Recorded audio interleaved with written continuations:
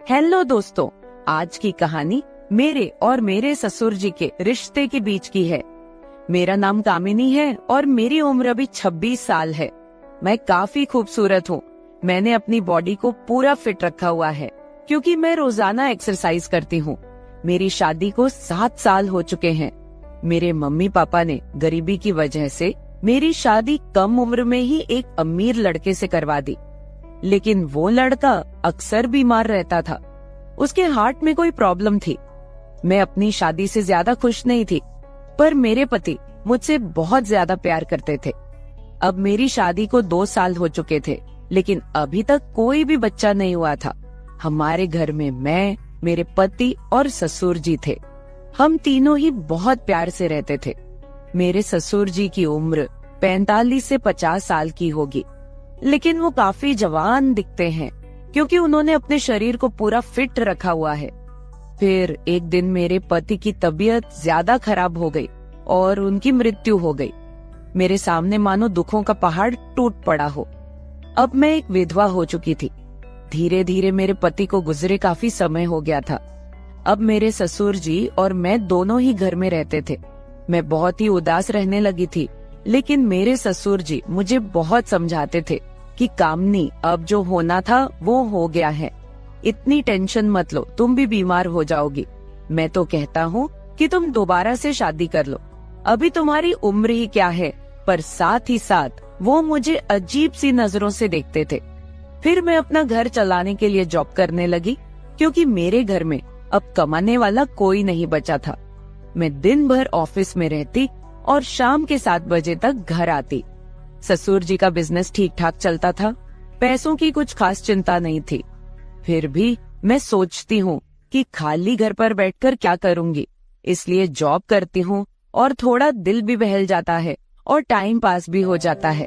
अब मेरे पति को गए हुए बहुत दिन हो चुके थे, इसलिए मैं उनकी मृत्यु के सदमे से थोड़ा थोड़ा बाहर निकल रही थी। ऑफिस की सहेलियों ने मुझे बहुत समझाया कि तुम शादी कर लो। मेरी एक बहुत अच्छी सहेली है, हम दोनों साथ साथ ऑफिस जाती हैं। एक दिन ऑफिस से निकलते वक्त मेरी सहेली ने मुझे घर पर बुलाया क्योंकि मेरे ऑफिस और घर के बीच ही मेरी सहेली का घर है, तो मैं उसके घर चली गई। हमने चाय पी और फिर इधर उधर की थोड़ी बातें की। मेरी सहेली ने कहा कि क्या तुझे पता है ऑफिस में क्या चल रहा है? मैंने कहा नहीं यार, मुझे उससे क्या फर्क पड़ने वाला है, वैसे भी तो मैं ऑफिस में अपना मन बहलाने के लिए ही जाती हूँ। फिर मेरी सहेली बोली, फिर तू सुन ले, हमारे ऑफिस में सभी लोग एक दूसरे से मिलकर रहते हैं और किसी को भी कोई समस्या हो वो सभी मिलकर सुलझा लेते हैं। देखो, जो काम वाली आंटी है वह विधवा हो चुकी है, लेकिन ऑफिस के लोगों ने मिलकर उनकी शादी करवा दी है। अब वह बहुत खुशी खुशी रहती है और उनका भी एक सहारा बन गया है। मैंने उसकी बातों पर ज्यादा ध्यान नहीं दिया और वहाँ से अपने घर चली आई। मैं थोड़ा थोड़ा अपनी सहेली की बातों को समझ रही थी कि वो मुझे शादी करने के बारे में बोल रही हैं। फिर मैंने घर आकर ससुर जी को खाना बनाकर दिया और खुद भी खाना खाया। मैं अपने कमरे में बैठी थी, मुझे नींद नहीं आ रही थी।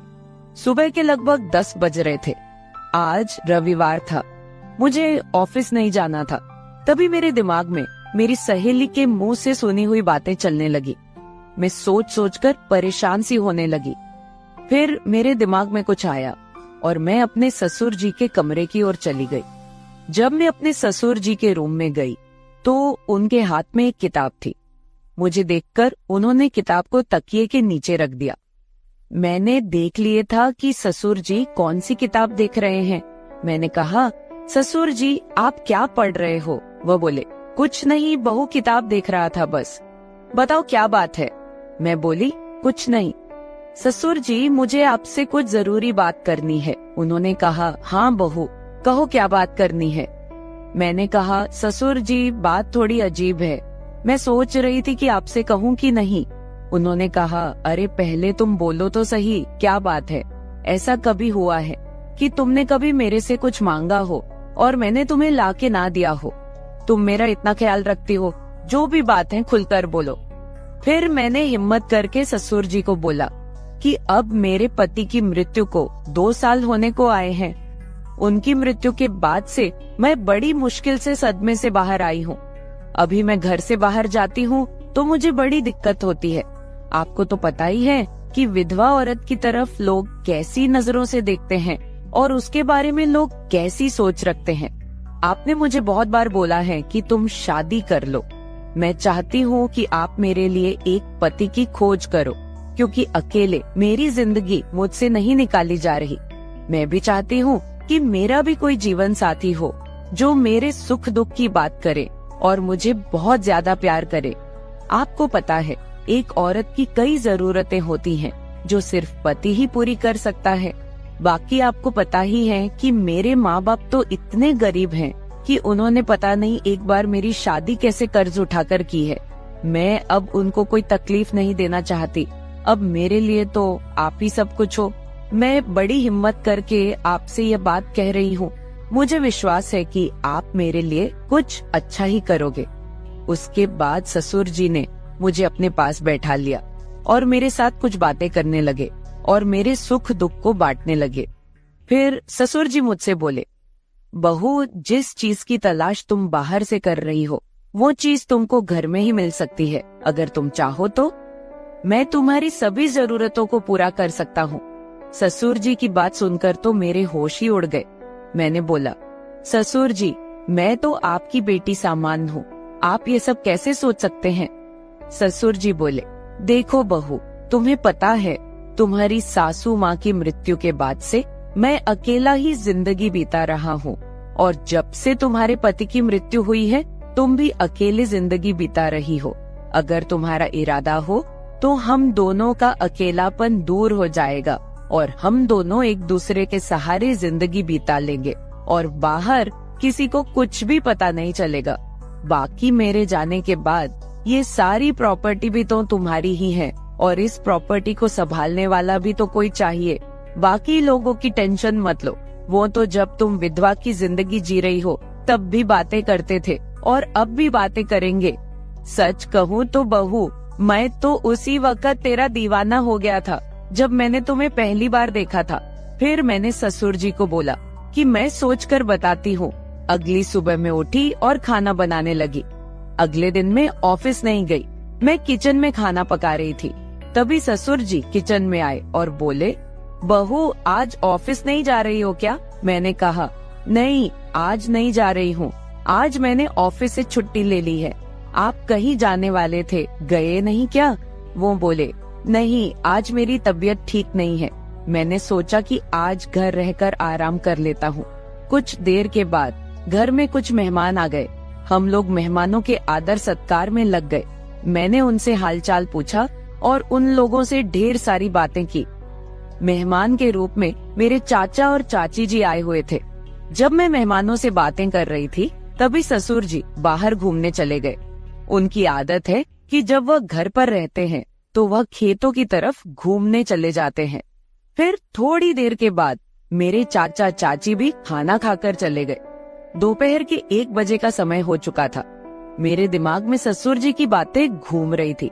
मैं सोच रही थी कि इस अकेलेपन के साथ मैं सारी जिंदगी कैसे बिताऊंगी। मैं ससुर जी के साथ रहूंगी तो हो सकता है कि हमारा कोई बच्चा भी हो जाए। और ससुर जी की बात सही है, उनके जाने के बाद उनकी सारी प्रॉपर्टी भी तो मेरी ही है। मुझे ससुर जी की बातें काफी हद तक सही लग रही थी। फिर मैंने ससुर जी को कॉल किया और बोली, ससुर जी, खाना तैयार हो गया है, आकर खाना खा लीजिए। इस पर वह बोले, मैं अभी बाहर हूँ और मुझे थोड़ा टाइम लगेगा। मैंने कहा, ठीक है, मैं जरा बाहर जा रही हूँ तो देर शाम तक वापस आऊंगी, क्योंकि मैंने मार्केट शॉपिंग करने के लिए जाना था। फिर मैं मार्केट चली गई और वहाँ से अपने लिए और ससुर जी के लिए कुछ कपड़े खरीद कर लाई। जब मैं घर पहुँची तो शाम के 7 बज चुके थे। ससुर जी अपने कमरे में सो रहे थे। मैंने ससुर जी को उठाया और वो नहाने चले गए। अब चारों तरफ शांति हो चुकी थी। शाम के 8 बज चुके थे। फिर मैं ससुर जी के पास गई और उनको वो सब बातों के लिए हाँ बोल दी जो उन्होंने मुझे कही थी। ससुर जी मेरी हाँ सुनते ही खुश हो गए। फिर मैं उनके साथ, उसके बाद तो आप समझ ही सकते हैं, जो होना था वो हो गया। मैंने ससुर जी को फिर से अपनी ख्वाहिश बताई और ससुर जी ने मेरी ख्वाहिश पूरी कर दी। हम दोनों ने 1 से 2 घंटे तक एक दूसरे से वो सब बातें की और सारा काम किया। इस तरह से हम दोनों ससुर बहू काफी खुशी खुशी पति पत्नी की तरह रहने लगे। अब मुझे किसी भी चीज की दिक्कत नहीं होती, क्योंकि अब मुझे कहीं भी जाना होता है तो मैं ससुर जी के साथ चली जाती हूँ और हम खूब एंजॉय करते हैं। कुछ दिन बीत जाने के बाद ससुर जी बोले, कामिनी, अब तुम मेरे बिजनेस के बारे में सारा कुछ समझ लो और खुद सारा बिजनेस संभाल लो। फिर मैंने जॉब छोड़कर ससुर जी का सारा बिजनेस खुद संभाल लिया। अब हम दोनों पति पत्नी के जैसे रहने लगे हैं। मैं ससुर जी की हर बात का ख्याल रखती हूँ और वो भी मेरी हर बात का ख्याल रखते हैं। कुछ देर के बाद हमारे घर बच्चा भी हो गया और हमारी जिंदगी काफी अच्छे से चल रही है, क्योंकि ससुर जी ने मेरी हर कमी को पूरा कर दिया है। हमें दुनिया की कोई परवाह नहीं है, कोई कुछ भी बोले, हम लोग अपने घर खुश हैं। तो मेरे प्यारे दोस्तों, अगर आप लोगों को मेरी ये कहानी पसंद आई हो तो चैनल को सब्सक्राइब जरूर कर ले और बेल नोटिफिकेशन ऑन कर ले। एक प्यारा सा कमेंट करके बताएं कि आपको मेरी स्टोरी कैसी लगी। कल मिलेंगे एक और वीडियो के साथ। धन्यवाद। मेरी बेटी ने मुझे अपने घर पर अपने मदद के लिए बुलाया था। जैसे ही मैं उसके घर पहुंची, दामाद ने मेरी स्वागत सत्कार शुरू कर दिया। एक बार तो आधी रात को दामाद अचानक मेरे कमरे में आया। मेरे बगल में आकर उसने मेरी चादर के ऊपर से हाथ फेरते हुए कहा, सासू माँ, आपकी बेटी अब बहुत थकी हुई है, अब वह पुरानी लगने लगी है, अब आप ही मुझे खुश रख सकेंगी। दामाद ने मुझे सांस लेने का भी समय नहीं दिया। वह रात से लेकर सुबह के 3 बजे तक लगातार। नमस्ते दोस्तों, आज की इस कहानी में आपका स्वागत है। मेरा नाम राधिका है और आज मैं आपको अपना और अपनी बेटी की कहानी सुनाने जा रही हूँ, तो दिल को थाम कर सुनिएगा। मेरी बेटी को उसके ऑफिस के काम से घर के कामों के लिए समय नहीं मिल रहा था। एक दिन उसका मुझे फोन आया और उसने कहा, माँ, मुझे घर के कामों में आपकी बहुत जरूरत है, कुछ दिन मेरे पास आओगी क्या? बेटी की चिंता में मैं तुरंत उसके घर चली गई। मुझे देखते ही बेटी से ज्यादा दामाद खुश हो गए। वे मेरी इतनी सेवा सत्कार क्यों कर रहे थे, ये मुझे समझ नहीं आ रहा था। लेकिन दामाद अचानक से बदल गए थे। मुझे देखते ही मेरी बेटी ने मुझे गले लगाया। उसके पीछे दामाद ने भी मुझे गले लगाया। इससे पहले उन्होंने कभी मुझे इस तरह से गले नहीं लगाया था। अचानक उनमें इतना बदलाव कैसे आ गया, ये मेरी समझ में नहीं आया। जब दामाद ने मुझे गले लगाया तो मुझे बहुत शर्म महसूस हुई। मेरी बेटी सरिता ने अपने पति के इस व्यवहार पर ध्यान भी नहीं दिया। जैसे ही मैं बेटी के घर पहुंची, उसने मुझसे कहा कि वह मेरे हाथों से बनी उसकी पसंदीदा सब्जी खाना चाहती है। आते ही मैं फ्रेश होकर बेटी के किचन में चली गई। उस रात दामाद और बेटी दोनों बड़े चाव से खाना खा रहे थे। खाना खत्म होते ही सरिता बोली, माँ, आज आपके हाथ का खाना खाकर बहुत अच्छा लगा। उसके कहने पर दामाद ने भी हामी भरते हुए कहा, मुझे तो ऐसा लग रहा है जैसे बहुत दिनों बाद पेट भरकर खाया हो। दामाद ने मेरी तारीफ किया तो सरिता ने अपने पति को गुस्से से देखना शुरू कर दिया। वह बोली, सुमित, मेरी माँ के सामने मेरी बुराई मत करो। तुम ऐसा बोल रहे हो जैसे मैं रोज खाना बनाती ही नहीं हूँ। क्या तुम रोज बाहर मेस में खाते हो? उन दोनों के बीच तू मैं शुरू हो गई। तब मैंने दोनों को शांत करते हुए कहा, सरिता, छोटी छोटी बातों को बड़ा मत बनाओ। दामाद तो बस मजाक में तुम्हारे सामने मेरी तारीफ कर रहे होंगे। वैसे भी रोज तो मैं यहाँ नहीं रहती, तुम ही अपने पति का ख्याल रखती हो। शायद वे सिर्फ हंसी मजाक कर रहे हो। मैंने अपनी बेटी से यह कहा क्योंकि मैं दामाद को कुछ कह नहीं सकती थी। खाना खत्म होते ही सरिता हाथ धोकर अपने कमरे में चली गई। मैं डाइनिंग हॉल साफ करने लगी। मेरी मदद के लिए दामाद थे। वे बोले, सरिता को तो कोई परवाह ही नहीं है। माँ, इतने दिनों बाद आप घर आईं, फिर भी वह पहले ही दिन से आपके ऊपर सारा काम छोड़कर मोबाइल लेकर कमरे में चली गई। यही तो रोज का हाल है। दामाद की बात से सहमत होकर मैंने डाइनिंग टेबल से बर्तन उठाए। तभी दामाद भी मेरी मदद के लिए किचन में आ गए। किचन से जाते वक्त दामाद ने अचानक मेरे हाथ पकड़ लिए। फिर दामाद जी बोले, सासू माँ, सच में आपके हाथों में जादू है। आपके हाथ का खाना खाकर मन बहुत प्रसन्न हो गया। आगे भी मुझे आपके इस तरह के अलग अलग रूप देखने को मिलेंगे। मेरा न कोई साला है और न कोई साली। मेरे ससुराल में तो आप ही एक हैं। अब चाहे साला, साली और बहनोई की हंसी मजाक हो या सासू माँ की देखभाल, ये सभी रिश्ते आपको ही निभाने हैं। अब मैं आपको यहां से जल्दी जाने नहीं दूंगा। मुझे दामाद का प्यार समझ में आया, लेकिन इसके पीछे उनका क्या मकसद था, इस पर मैंने ज्यादा गहराई से सोचा नहीं था। इसी तरह कुछ दिन और बीत गए। मुझे बेटी के घर आए कुछ ही दिन हुए थे, तभी मैंने महसूस किया कि उन दोनों पति पत्नी के बीच कुछ ठीक नहीं था। लगातार 3 दिन से मुझे रात को उनकी बड़बड़ाहट और दामाद की आवाज उनके कमरे से सुनाई दे रही थी। वह बात प्रेम की तो बिल्कुल नहीं थी।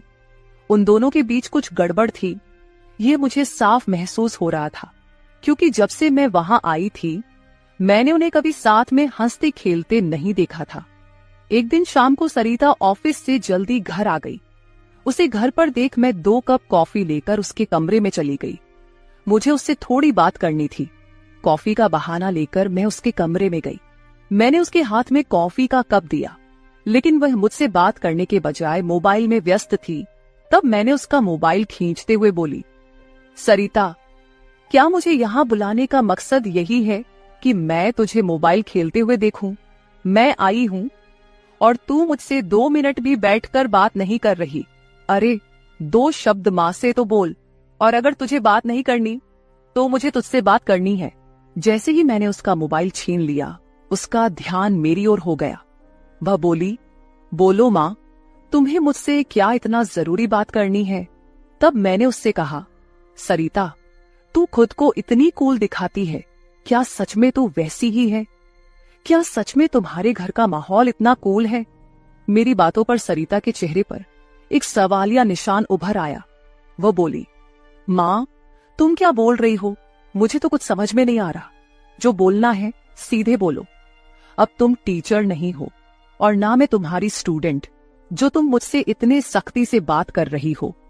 सरिता के कंधे पर हाथ रखकर मैंने उससे कहा, अरे पिछले 3 दिनों से रात को मुझे तुम्हारे कमरे से तुम दोनों की बड़बड़ाहट सुनाई दे रही है।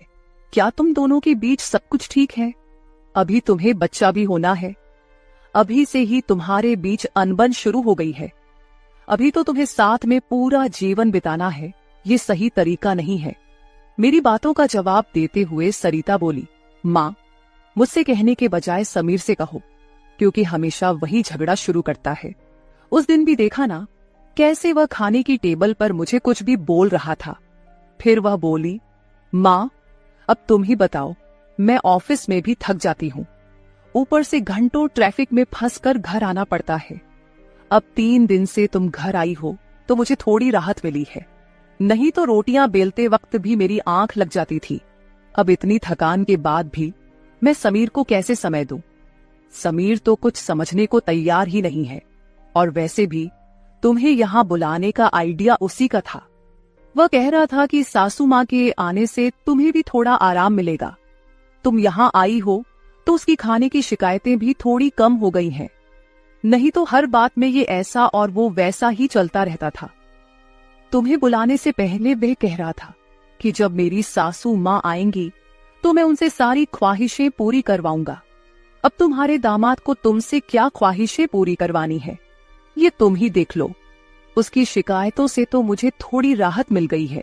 सरिता की बातें सुनकर मुझे लगा कि सच में उसे काम से समय नहीं मिल पाता होगा, इसलिए समीर को खाने पीने की परेशानी हो रही होगी, और शायद इसलिए उन्होंने मुझे कुछ दिनों के लिए बुला लिया होगा। लेकिन दामाद को मुझसे और भी ख्वाहिशें पूरी करवानी थीं, इसका मुझे कोई अंदाजा नहीं था। सरिता की बातें सुनकर मुझे लगा कि उनके बीच सामान्य झगड़े हैं जो वे खुद सुलझा लेंगे, इसीलिए आगे मैंने सरिता को और नहीं समझाया। जैसे ही मैं उसके कमरे से बाहर निकली, मुझे दामाद की गाड़ी का आवाज सुनाई दिया। उस दिन समीर भी जल्दी घर आ गए थे। उन्हें घर में देखकर मैंने कहा, आज आप जल्दी आ गए, चलो अच्छा हुआ। आज तुम दोनों बाहर जाकर डिनर कर लो, घर में संभाल लूंगी। उन्हें थोड़ा बाहर घूमने फिरने का मौका मिलेगा, इसलिए मैंने उन्हें डिनर के लिए बाहर जाने को कहा। लेकिन दामाद ने कहा, सासू माँ, होटल जाने की जरूरत नहीं है। आज मेरे बॉस का 50वां जन्मदिन है। बॉस ने जन्मदिन के मौके पर एक 5 स्टार होटल में पार्टी रखी है और हमें खास तौर पर उस पार्टी में बुलाया गया है। समीर की बात सुनकर मैंने कहा, अरे वाह, तो फिर तुम दोनों जल्दी से अच्छे से तैयार हो जाओ और साथ में पार्टी में जाओ। तब दामाद जी बोले, सासू माँ, हम दोनों अकेले नहीं जाएंगे। बॉस ने पूरे परिवार को बुलाया है और आप भी हमारे परिवार हैं, इसलिए आप भी हमारे साथ चलो। तब सरिता भी मुझसे जिद करने लगी। उसने कहा, माँ, घर पर तुम अकेले बैठी क्या करोगी? तुम भी हमारे साथ चलो, तुम्हें भी अच्छा लगेगा। एक तो जब से तुम यहाँ आई हो, मैं तुम्हें कहीं बाहर घुमाने भी नहीं ले जा पाई। मैं छुट्टी लूंगी तो लूंगी, पर अभी तो तुम हमारे साथ बाहर चलो, कम से कम तुम्हारा भी मन थोड़ा हल्का हो जाएगा। उन दोनों का इतना जोर बढ़ गया कि मुझे भी उनके साथ जाने के लिए तैयार होना पड़ा। मैं हमेशा कहीं भी जाती थी तो अपने साथ 1-2 पार्टी वियर कपड़े रखती थी। इस बार भी मैंने पिंक रंग की नेट वाली साड़ी साथ रखी थी। मैंने वही साड़ी पहनकर अच्छे से तैयार होकर कमरे से बाहर आई। जैसे ही मैं बाहर आई, दामाद मुझे लगातार देखने लगे। वो मुझे ऊपर से नीचे तक नजर फेरने लगे। उन्होंने कहा, आज आपको सासू माँ कहने में मुझे शर्म आ रही है, क्योंकि आप किसी भी तरह से उम्रदराज नहीं लग रही हैं। आज तो आप किसी हीरोइन से कम नहीं लग रही हैं। दामाद की बातों पर मुस्कुराते हुए मैं बाहर गाड़ी के पास चली गई। कुछ देर बाद घर को लॉक करके बेटी और दामाद भी बाहर आ गए। दामाद मेरी तारीफ कर रहे थे, लेकिन सरिता का ध्यान उस पर नहीं था। लेकिन जैसे ही पार्टी में गए और दामाद के बॉस हमारे पास आए, उन्होंने मुझे देखकर समीर से कहा, समीर, तुम्हारी साली तो बहुत ही सुंदर है। इस पर समीर कुछ बोलते उससे पहले ही सरिता बोली, बॉस, ये समीर की साली नहीं है, ये तो माँ है, ये समीर की सास है। हमारे रिश्ते को सुनकर बॉस चौंक गए। उन्होंने कहा, आपकी खूबसूरती और जवानी को देखकर ऐसा बिल्कुल नहीं लगा कि आप सासू माँ हो सकती हैं। बॉस ने अपनी गलती स्वीकारते हुए मुझसे माफी मांगी और वहां से चले गए। बॉस के जाते ही दामाद मेरी तारीफ करने लगे। उन्होंने कहा, सच में सासू माँ, आज तो आप सरिता से भी ज्यादा खूबसूरत लग रही हैं। सच में पत्नी तो ऐसी होनी चाहिए। ऐसा कहकर दामाद ने मेरे हाथ पर ताली मारी और हंसने लगे। लेकिन उनकी इस मजाक पर सरिता गुस्से से मेरी ओर देखने लगी। अब मुझे धीरे धीरे दामाद की नजरों का एहसास होने लगा था। कुछ देर बाद हम घर जाने के लिए निकल पड़े। घर पहुंचते ही सरिता और मैं एक साथ गाड़ी से उतरे। गाड़ी से उतरते ही सरिता ने मुझसे कहा, माँ, आज के बाद तुम्हें इतना सजने संवरने की कोई जरूरत नहीं है। थोड़ा अपनी उम्र के हिसाब से रहना सीखो। गुस्से में तीखे शब्द बोलते हुए सरिता पैर पटकती हुई घर के अंदर चली गई। मुझे उसका गुस्सा कुछ समझ नहीं आया। असल में मुझे तो किसी भी बात पर गुस्सा आने का सवाल ही नहीं था। फिर भी सरिता मुझसे नाराज होकर पैर पटकते हुए घर के अंदर चली गई थी। नादान लड़की सोचकर मैंने उसकी बातों को नजरअंदाज किया और घर में जाकर अपने कमरे में चली गई। कुछ देर बाद फ्रेश होकर मैंने रात में सोने के लिए नाइट गाउन पहन लिया। रोज की तरह सोने से पहले मैंने अपने हाथ पैरों पर बॉडी लोशन लगाया। तभी अचानक दरवाजे पर दस्तक हुई। दरवाजे पर दामाद थे। हमारी नजरें मिलते ही दामाद ने कहा, सासू माँ, अंदर आ सकता हूँ। ये घर उनका ही था, फिर भी वो कमरे में आने के लिए मुझसे अनुमति ले रहे थे। मैंने कहा, ये घर तो आपका ही है, मेरी अनुमति लेने की क्या जरूरत? आप यहाँ कभी भी आ जा सकते हो। फिर हंसते हुए दामाद कमरे के अंदर आ गए। उन्होंने मेरी ओर देखकर कहा, सासू माँ, सच में आज आप बहुत सुंदर लग रही थी। वैसे तो मैं आपको कभी यह कॉम्प्लीमेंट देना चाहता था कि आप आज भी जवान और खूबसूरत दिखती हैं। कभी कभी सच में आपको सासू माँ कहने में मुझे शर्म महसूस होती है। कभी कभी तो आपको नाम से बुलाने की इच्छा होती है। सच में आप सरिता की बहन जैसी लगती हैं। बाहर कुछ समय पहले सरिता ने जो गुस्से में आपको कहा, वह सब मैंने सुना। उसकी बातों पर ध्यान मत दीजिए। और हाँ, एक जरूरी बात यह है कि सरिता की बातों को दिल पर लेकर आप अपना रहन सहन बिल्कुल मत बदलिए। आप जैसी हैं बहुत अच्छी हैं। दामाद के मुंह से अपनी तारीफ सुनकर मेरे मन में लड्डू फूटने लगे। अगर 45 साल की किसी महिला की तुलना 21 साल की जवान लड़की से की जा रही हो तो जाहिर है वह महिला खुश होगी ही। उस समय मेरे साथ भी वैसा ही हुआ था। दामाद की प्रशंसा पर मैं शर्मा गई थी। उस दिन के बाद दामाद की हदें बढ़ने लगी। 4 दिन बाद मुझे अपनी बेटी के कमरे से उनकी बहस की आवाजें सुनाई दी। मैं अपने कमरे से बाहर झांकते हुए वह सब सुन रही थी। तभी दामाद कमरे से बाहर आते दिखे। दामाद को बाहर आते देख मैं जल्दी से अपने कमरे में चली गई। मैं कमरे की लाइट बंद करने ही वाली थी कि समीर मेरे कमरे में आ गया। वो काफी गुस्से में लग रहा था। मैंने उसे एक गिलास पानी दिया और पूछा, सब ठीक तो है ना? इस पर दामाद बोले, सासू माँ, आपकी बेटी और आप में कितना फर्क है। शादी के बाद पति से कैसा व्यवहार करना चाहिए, उसे कैसे खुश रखना चाहिए, आपने सरिता को कुछ भी नहीं सिखाया। जब भी मैं उसके पास जाता हूँ वह मुझसे एक ही बात कहती है कि मैं बहुत थक गई हूँ। आपकी बेटी अब पूरी तरह बूढ़ी दिखने लगी है, उसके सामने आप जवान लगती हैं। कहाँ आपकी जवानी और कहाँ सरिता की समय से पहले आई बुढ़ापा। मैंने शांत रहकर समीर की सारी बातें चुपचाप सुनी।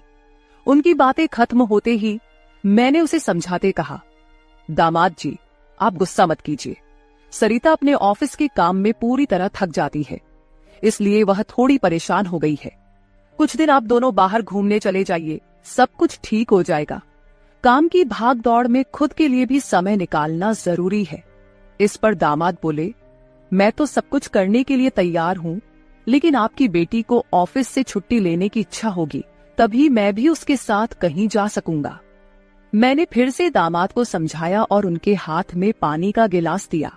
दामाद से बात करते हुए अनजाने में मेरा हाथ उनके पैर पर रख दिया गया। अचानक दामाद ने अपने पैर पर रखा मेरा हाथ अपने हाथ से पकड़ा और मेरे हाथ से गिलास को एक ओर रखते हुए दूसरे हाथ से मेरे चेहरे से बाल हटाकर बोले, सासू माँ, आप सच में बहुत सुंदर हैं। आपको देखकर तो सरिता को देखने की इच्छा ही नहीं होती। कहाँ आपके चेहरे का तेज और कहाँ सरिता की झुर्रियां। दामाद मेरे सामने मेरी बेटी की बुराई कर रहे थे। मैंने उन्हें कहा, आप मेरी सुंदरता की तारीफ कर रहे हैं, इसके लिए धन्यवाद, लेकिन जिस लड़की के बारे में आप बुरा भला कह रहे हैं वह मेरी बेटी है, ये मत भूलिए। दामाद बोले, सासू माँ, मैं कुछ गलत नहीं कह रहा हूँ, जो सच है वही कह रहा हूँ। अब सरिता बूढ़ी दिखने लगी है तो क्या करूं? आपके सामने वह सच में फीकी पड़ती है। आपकी सुंदरता बेहद मनमोहक है। बोलते बोलते दामाद की नजर मुझ पर टिकने लगी थी।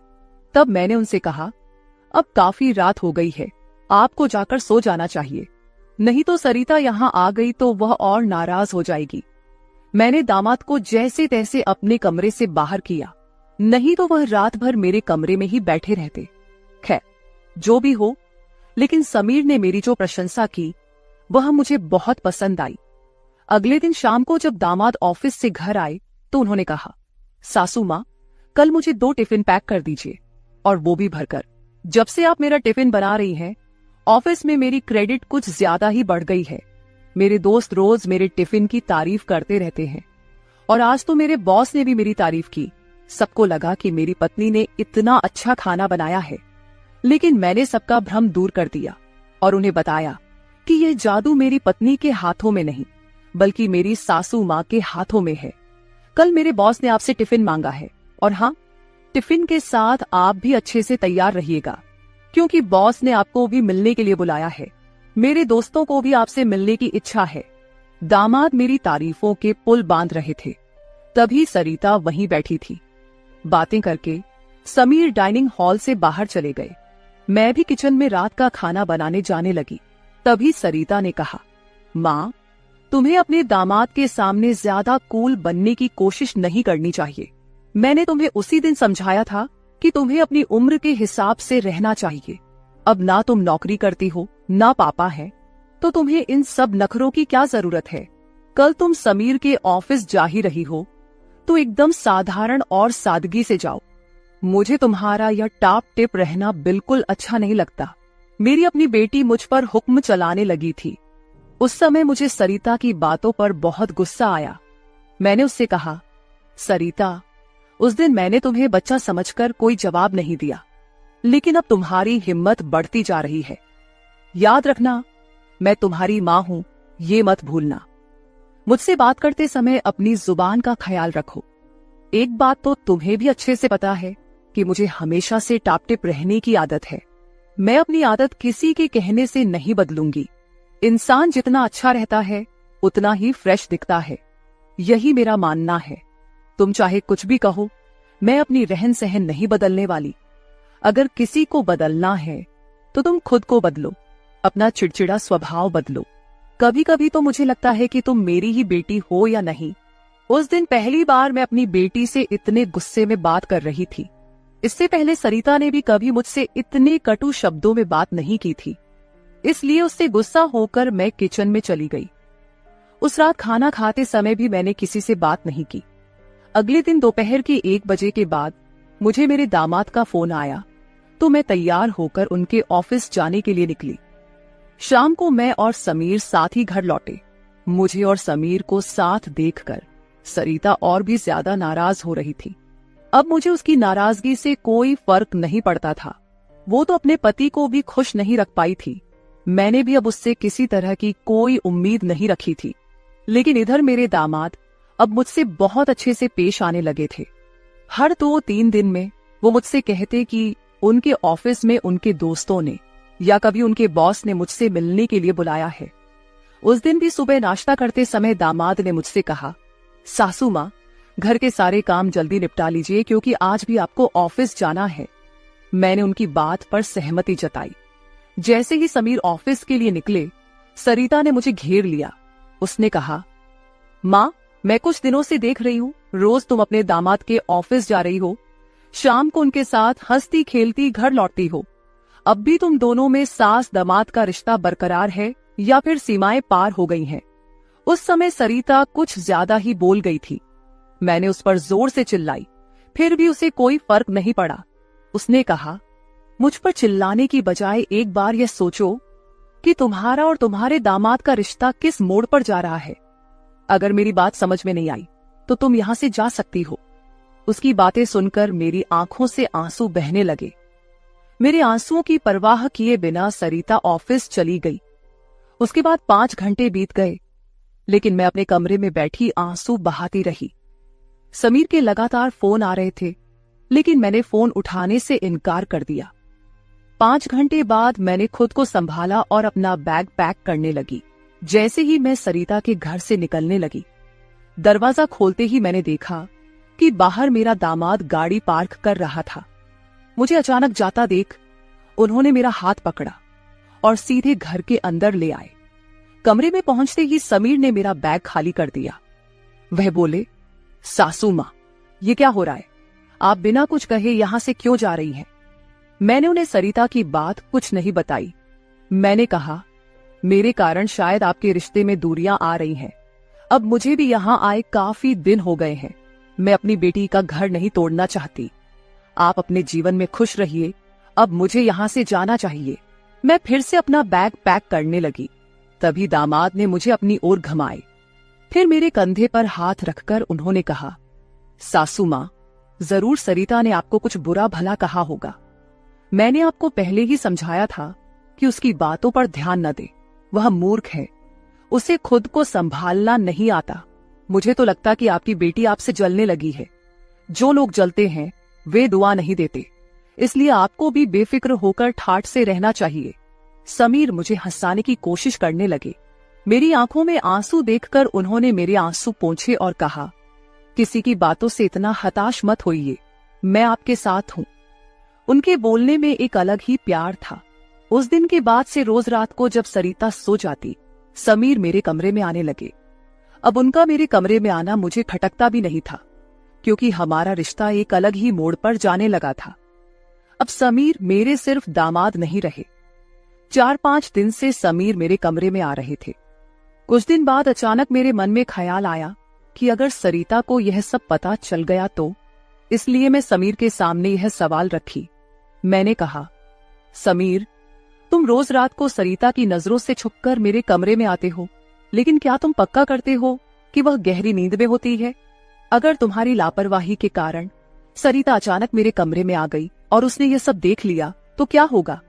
इस पर समीर ने कहा, सासू माँ, कभी न कभी हमें इस स्थिति का सामना करना ही होगा। जो काम मेरी पत्नी को करना चाहिए था वो आपने किया, इसमें आपकी क्या गलती है?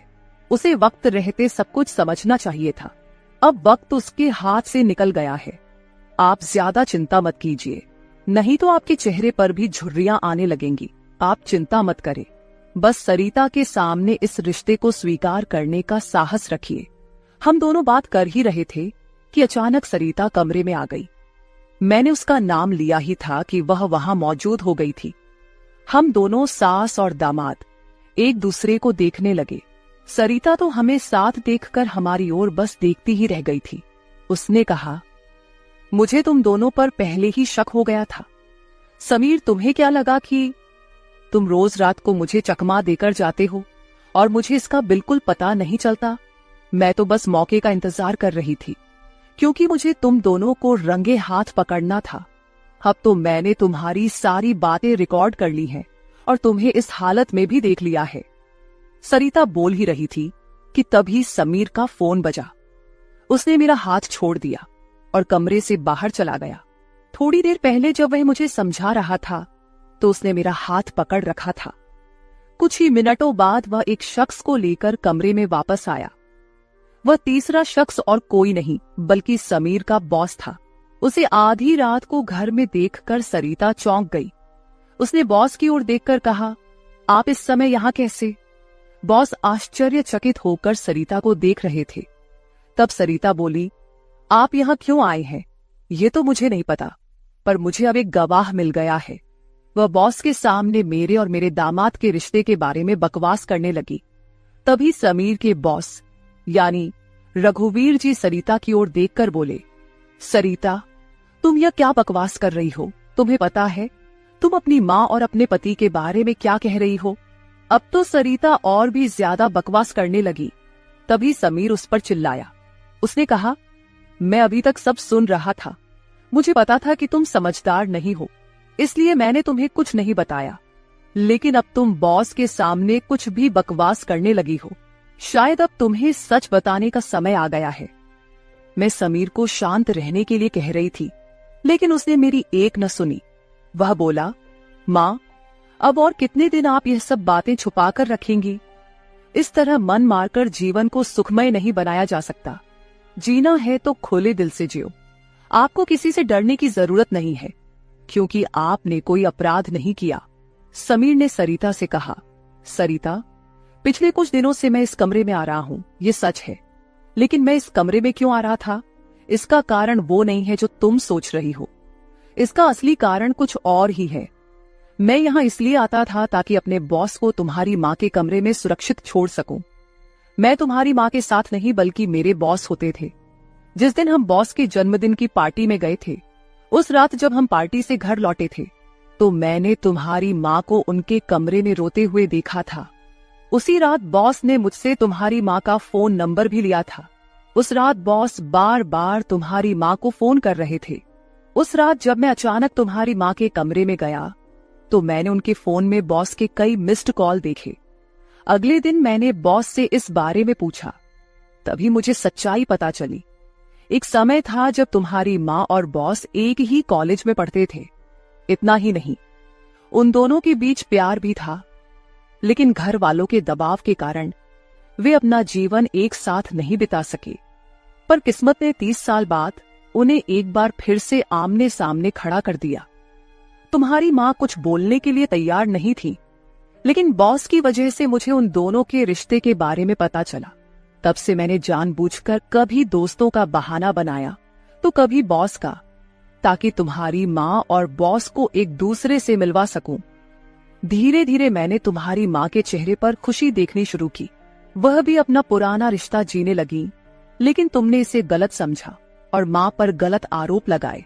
तुम्हारे आरोपों के बाद तुम्हारी माँ ने घर से बाहर निकलना बंद कर दिया। तब से मैंने इस प्रेमी जोड़े की मुलाकात अपने घर में ही करानी शुरू कर दी।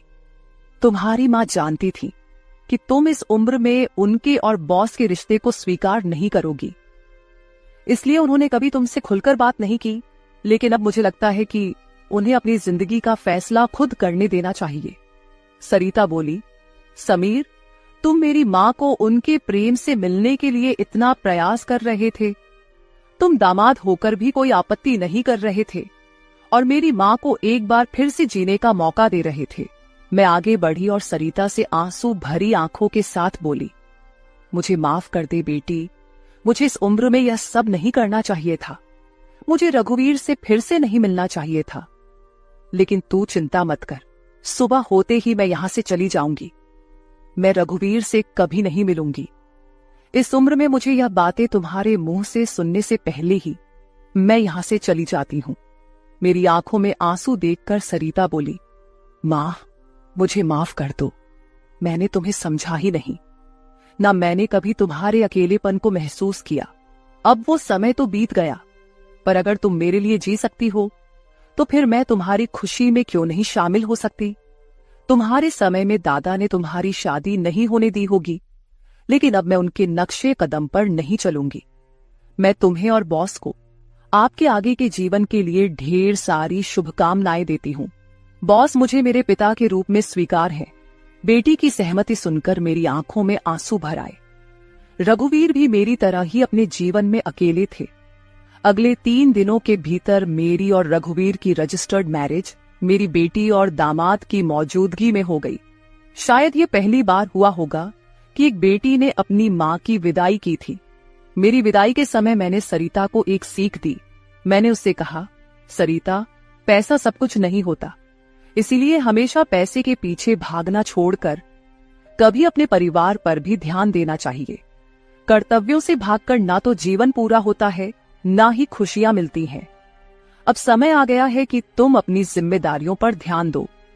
सरिता ने मुझसे वादा किया कि आगे से वो अपने घर की जिम्मेदारियों को निभाने में पीछे नहीं हटेगी। मेरी विदाई होते ही सरिता ने पूरे 20 दिनों की छुट्टी ली। शादी के 2 साल बाद मेरी बेटी और दामाद एक बार फिर हनीमून पर गए। तो दोस्तों, शादी और प्यार की कोई उम्र नहीं होती। जहां दिल मिलते हैं वहीं रिश्ते भी अपने आप बन जाते हैं। बस जरूरत होती है एक दूसरे को समझने की। तो मेरे प्यारे दोस्तों, यह थी हमारी आज की छोटी सी कहानी। आपको ये कहानी कैसी लगी कमेंट करके जरूर बताएं। अगर आप ऐसी ही और भी इंटरेस्टिंग और रोमांटिक कहानियां सुनना चाहते हो तो चैनल को सब्सक्राइब जरूर कर ले और बेल आइकॉन ऑन कर ले, ताकि आपको मेरी आने वाली नई वीडियो की सूचना तुरंत मिल सके। कल मिलेंगे एक और नई कहानी के साथ। धन्यवाद।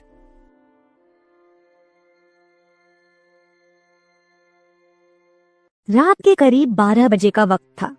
गर्मियों की रातें थीं और मैं अपने कमरे में सो रही थी। अचानक मेरे कमरे के दरवाजे पर दस्तक हुई।